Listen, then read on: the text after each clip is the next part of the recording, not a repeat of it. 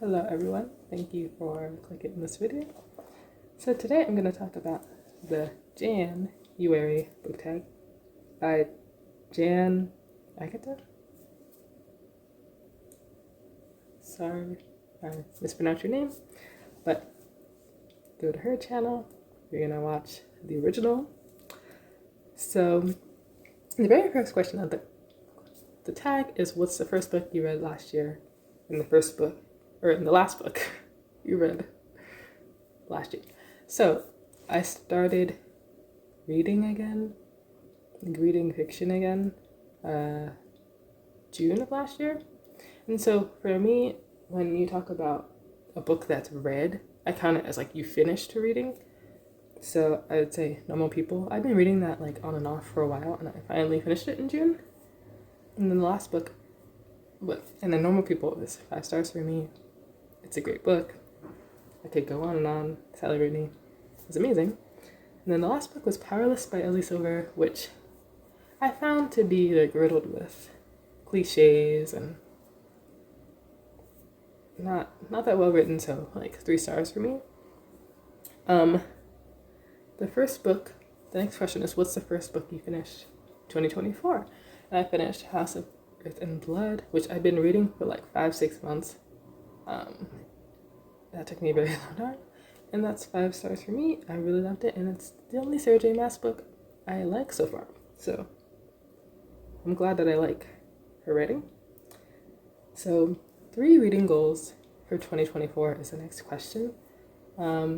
So one would be annotate more.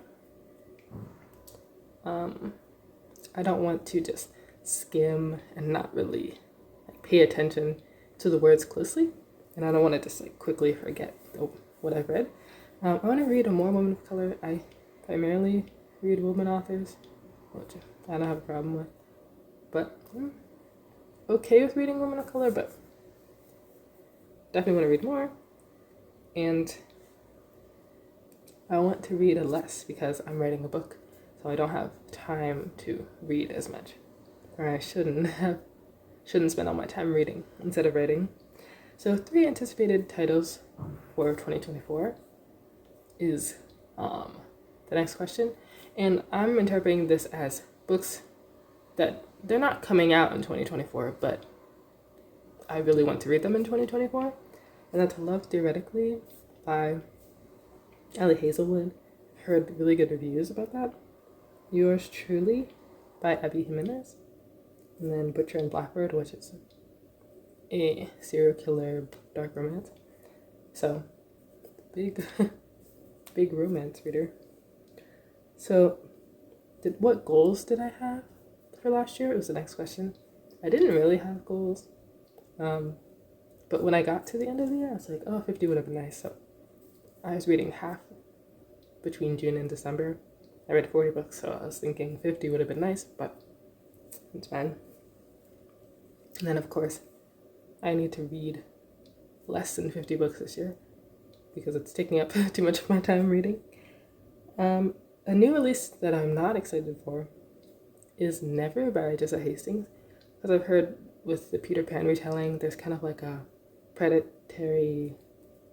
pedophile overtone to the book, and I'm just not into that, and will not be picking that up. Reading habits to change is I read too many books at once. That's a big habit I need to change. I don't think reading less than 3 is realistic, so I think 3 is a good number. What movie adaptation are you excited about? I honestly don't have an answer for this because there isn't anything I've read that I know so far is going to come out as a screen adaptation, so I'm just taking what I've seen other people say and say Dune, which is a very copycat answer, but I'm a fan of the Dune movies, and sorry I'm not familiar with the books, I just couldn't think of anything for this question. So my favorite bookish memory of 2023, it's very funny, but I really liked my Fourth Wing vlog. Fourth Wing was like a 3.5 star. It was fine. I'm kind of like neutral about it, but I think the vlog that I really liked filming and editing that vlog, and I think it turned out really well. So that would be my best memory. So, any carryovers from last year? Also, I'm in the middle of Air of Fire by Sergio Mas, so this is a carryover from last year.